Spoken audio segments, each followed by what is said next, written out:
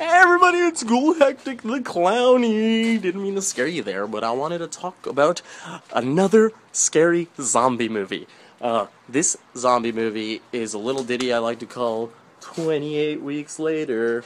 I'm not talking about 28 Days Later because I already sold that DVD, and this one's next to go.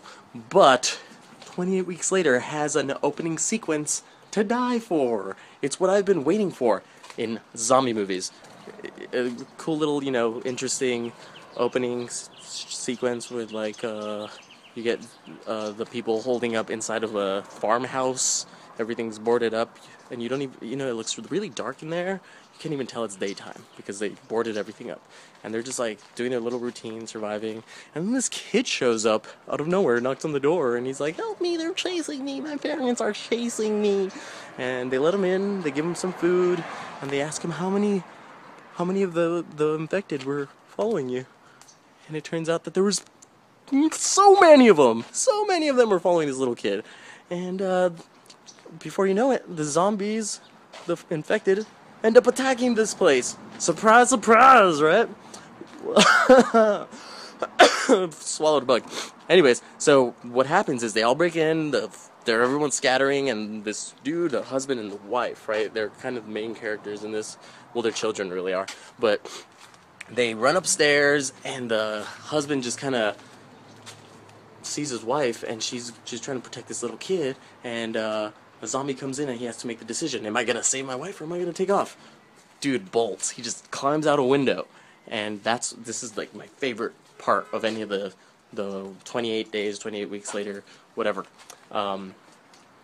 He's running away from tons of zombies, and you could see them all over, just all around him, everywhere, every direction he goes. And then he gets on a boat finally after running really far, and it looked like he hurt his leg when he jumped off the roof because it was kind of high. And he just gets on the boat and then takes off. And then the movie really begins 28 weeks later, once all of the London area, England, it all gets kind of like cleaned up, and they start repopulating. They start letting people in. And the big issue is that they bring in these two kids, the man's daughter and the little boy.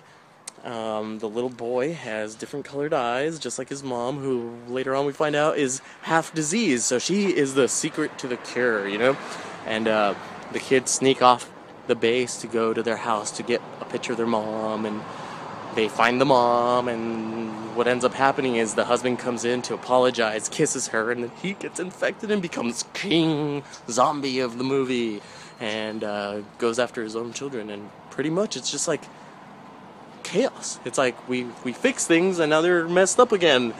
The military is just shooting anyone, everyone that they see just walking around. And basically the movie is about this group of survivors that need to get away from the infected area, because the military's gonna drop a bomb. How many times have we seen that one? Plenty of times. But this one's just like really intense. I love it. It's so good. And it's you know what? It's a great sequel. In my opinion, it's a top-notch sequel. Even though it wasn't directed by Danny Boyle, it was done by this dude Juan Fresnanillo. And I think he did a pretty good job. He had a good eye. He did what's up. So I'm recommending this. If you guys have seen 28 Days Later and not 28 Weeks Later, watch it. Even if you haven't seen 20 Days Later, rent that first. Why not? Get it, watch it. And oh, is that an infected behind me? That's an infected behind me. Oh my god, I gotta go, guys. Ah!